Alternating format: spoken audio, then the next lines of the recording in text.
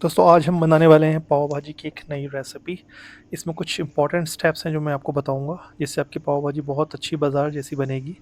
तो चलिए रेसिपी शुरू करते हैं। और रेसिपी पसंद आए तो प्लीज़ लाइक और सब्सक्राइब कीजिएगा।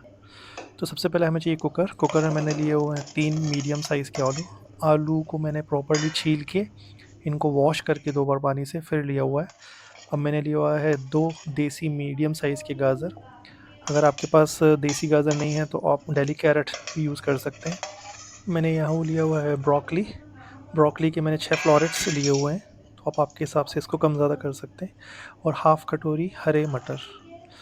इनको हमें कुकर में डालना है सबको साथ में। और फिर इसमें हमें डालना है अराउंड अबाउट 2 चम्मच वेजिटेबल ऑयल। कोई भी ऑयल चल सकता है, मस्टर्ड ऑयल छोड़ के आप कोई सा भी ऑयल यूज़ कर सकते हैं।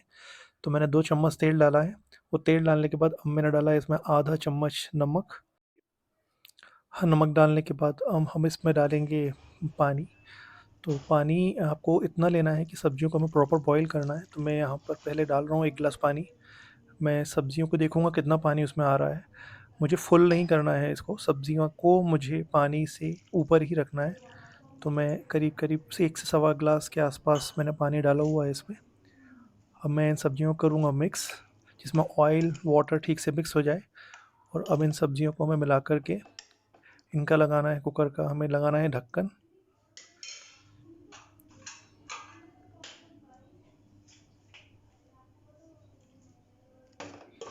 कुकर का ढक्कन ये लगा दिया है मैंने। अब हमें इस पर लगाना है व्हिसल। और व्हिसल लगा कर के हमें इसकी 3 से 4 सीटियाँ करना है। अब हम करेंगे हमारे आगे की तैयारी। इसमें हमें लेना है एक कढ़ाई। कढ़ाई में मैं यहाँ पर ले रहा हूँ करीब 2 से 3 चम्मच बटर। बटर जब थोड़ा सा मेल्ट हो जाएगा मैं इसमें मिलाऊंगा तेल। वेजिटेबल ऑयल लिया है मैंने यहाँ 2 से 3 चम्मच। थोड़ा सा जब गर्म हो जाएगा बटर और तेल, तो मैं इसमें डालूंगा 2 चम्मच जीरा।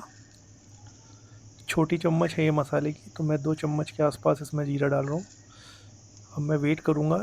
और मुझे आँच मीडियम पे ही रखना है, ज़्यादा तेज़ आँच नहीं करना है हमको। अब जैसे ही जीरा हमारा बबल छोड़ने लगेगा, देखिए पकने लगा है जीरा, तड़कने लगा है। अब हम डालेंगे इसमें एक कटा हुआ प्याज। ये बड़ा प्याज मैंने लिया हुआ है, इसको मैंने बारीक चॉपर में काटा हुआ है। अब मैं इसको पकाऊंगा कुछ देर।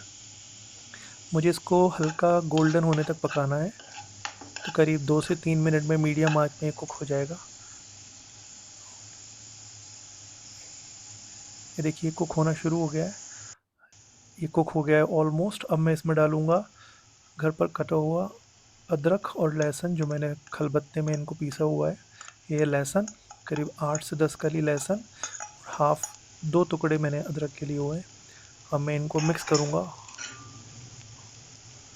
और इनको भी कुछ देर पकाऊँगा, जब तक कि अदरक और लहसुन का कच्चापन ना निकल जाए।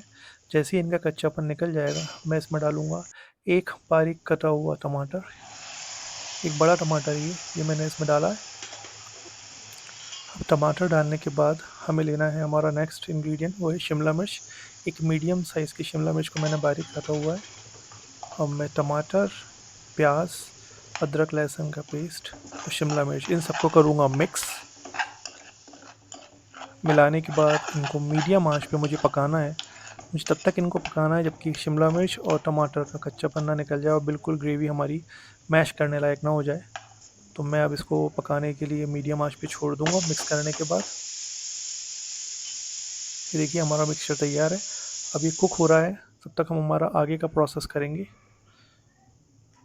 हमें लेना है एक बर्तन।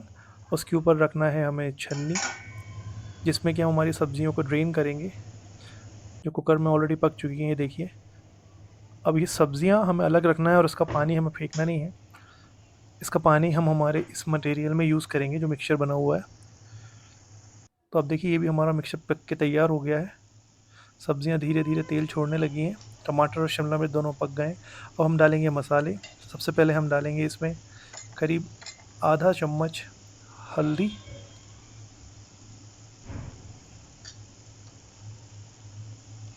2 चम्मच, छोटी चम्मच धनिया पाउडर।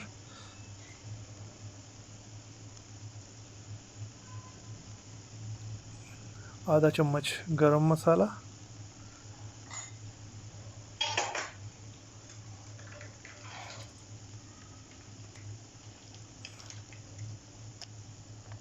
और अब हम डालेंगे इसमें पाव भाजी मसाला। पाव भाजी मसाले की क्वांटिटी हम थोड़ी ज़्यादा रखेंगे, तो बड़ी चम्मच, एक फुल चम्मच भर के मैंने इसमें पाव भाजी मसाला डाला हुआ है।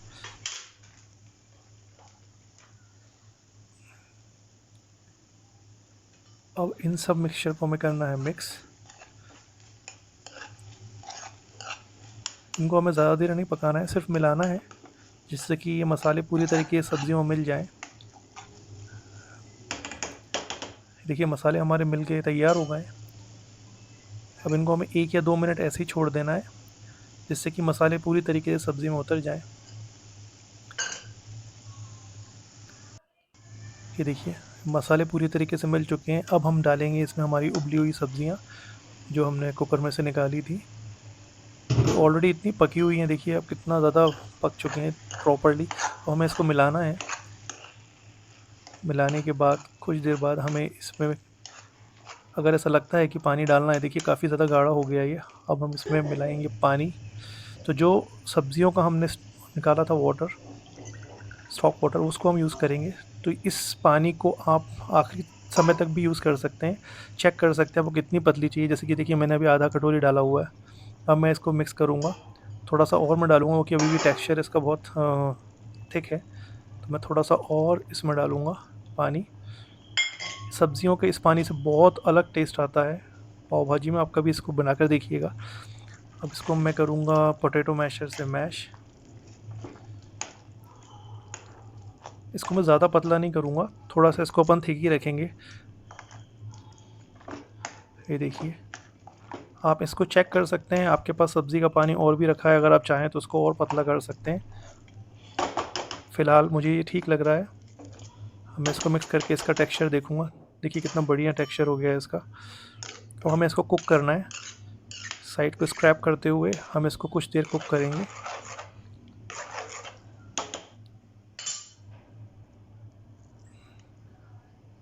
1-2 मिनट बाद कुक करने के बाद हम इसमें डालेंगे ब्लैक सॉल्ट। ऑलरेडी हमने सॉल्ट डाला हुआ था सब्ज़ी में, पर मैं थोड़ा सा ब्लैक सॉल्ट डाल रहा हूँ। ब्लैक सॉल्ट से बहुत अच्छा टेस्ट आता है। तो मैंने यहाँ पर half table spoon black salt लिया हुआ है। आप टेस्ट भी कर सकते हैं इस मोमेंट पर, अगर आपको लगे तो आप बढ़ा सकते हैं क्वांटिटी। इसको मैं करूँगा मिक्स।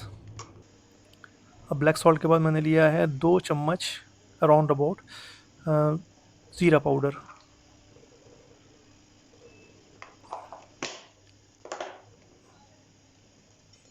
जीरा पाउडर और काला नमक डालने के बाद हमें इसको करना है मिक्स। अब हमारी ग्रेवी ऑलरेडी तैयार है, इसको हमें थोड़ी देर कुक करना है। अब मैं पाव लूँगा, पाव को आपको इस तरीके से काटना है।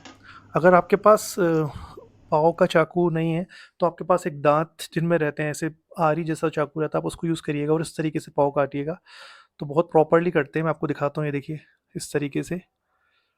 नॉर्मली पाव थोड़ा डिफ़िकल्ट हो जाता है काटना, पर अगर आपके पाँव ताज़े हैं तो इस तरीके से आप इसमें दाँत वाला जो चाकू रहता है उससे यूज़ करके देखिएगा। हमें हमारे पाँव को इस तरीके से फाड़ना है दोनों साइड से। देखिए मैंने जैसे कर लिया इनको। अब हमें लेना है एक तवा। तवे पे हमें लेना है थोड़ा सा बटर, करीब-करीब 1.5 से 2 चम्मच बटर। इस बटर को हमें करना है गर्म। अब हम इसमें डालेंगे पाव भाजी मसाला। पाव भाजी मसाले और बटर को हमें मिक्स करना है और हमारे पाव को इस तरीके से खोलकर इसको इस तरीके से हमें कुछ देर सेकना है। इनको हमें मीडियम आँच पे ही सेकना है, और जैसा आपको लगे, आप चाहे बहुत क्रिस्प करना है वो भी कर सकते हैं। मैं बटर कम यूज़ करता हूँ, आप चाहें तो और बटर भी यूज़ कर सकते हैं, ड्राई ना रहे पाव। लेकिन पाव इतने सॉफ्ट हैं ये देखिए आप, तो मुझे ज़्यादा इसमें बटर की ज़रूरत नहीं लगी, पर फिर भी मैं थोड़ा सा बटर इस पर अप्लाई करूँगा।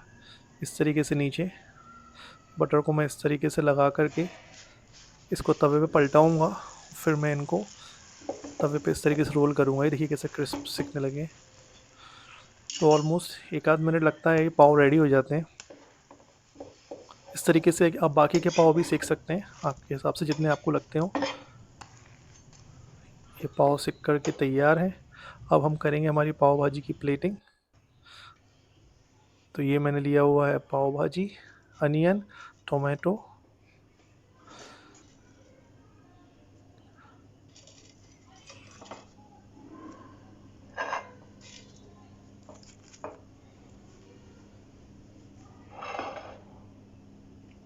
अब मैं